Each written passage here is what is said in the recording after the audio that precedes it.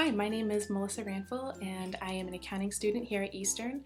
I will be graduating June of 2014 and I interned with Spokane Public Facilities District. They operate the Spokane Arena, the Convention Center, and the Performing Arts Center. I was also a Beta Alpha Psi officer. I held the WSCPA liaison position where I also served on the New Professionals Committee. And I also serve on the board of the Accounting Financial Women's Alliance, where I serve as their reporting secretary.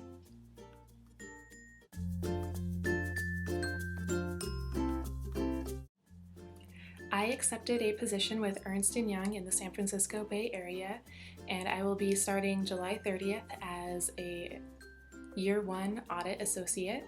And I am very excited to start working as some of their clients include Google, Intel, Apple, Facebook, and Netflix, and I am very excited to find out which clients I'll be working with.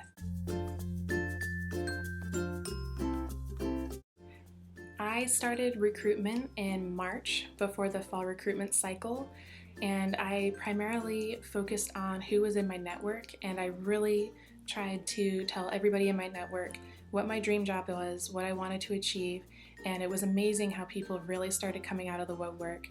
And I started contacting the recruiters through that process until I got referred up to the San Francisco Bay Area because my network consisted in the Los Angeles area.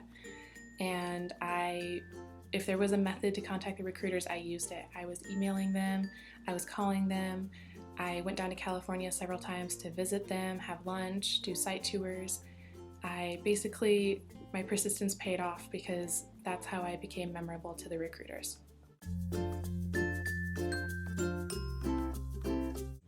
To differentiate myself from other applicants, I focused on attending as many WSCPA events as possible, as well as all other networking events I could get my hands on. My goal was to see the professionals as many times as I could before the fall recruiting cycle, and to let my experiences develop naturally in the conversation rather than overwhelm them with technical terms. So I also, when networking in a different state, I also had to focus on my reason for relocation, and I tried to make that a personal reason so it would show that I had longevity in the company.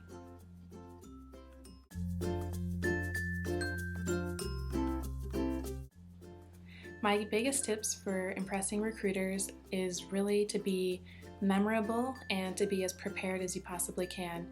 As I mentioned earlier, your best answers are simple answers, and to really let things develop in a natural conversation that really makes you memorable as opposed to bombarding them with technical terms that they don't understand.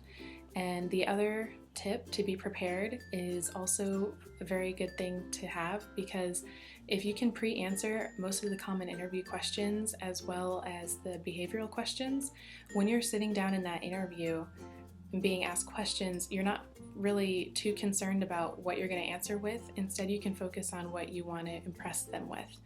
And it takes a lot of the stress off of the situation, and you know that you're ready for just about anything they throw at you.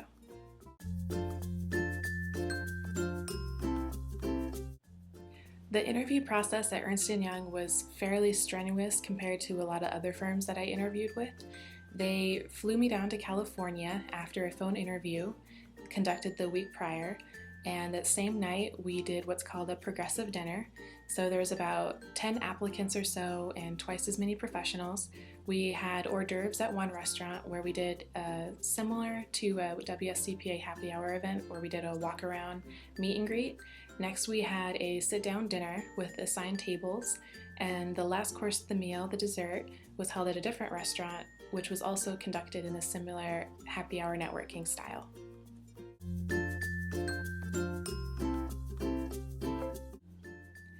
The next day, Ernst & Young fed us breakfast while they held a orientation about the company.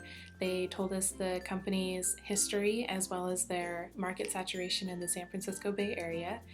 We also then got a brief tour of the company and broke into groups where we did interviews with 3 different professionals. Each interview lasted about 20 to 30 minutes.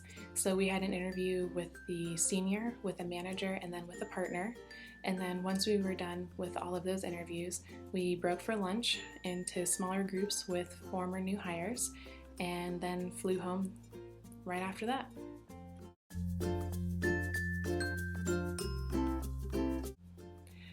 One thing that I found very disconcerting that a lot of people don't know about the behavioral questions that professionals are going to ask in interviews is that a lot of people don't know what the STAR technique is. So to answer a behavioral question, you need to first mention the situation, the task at hand, the action you took, and then the result of that action. So really you're telling them a story about a prior experience that you had, and it's a very good way for them to kind of see your thought process, how you work, and how you're going to respond to a similar future situation in the company.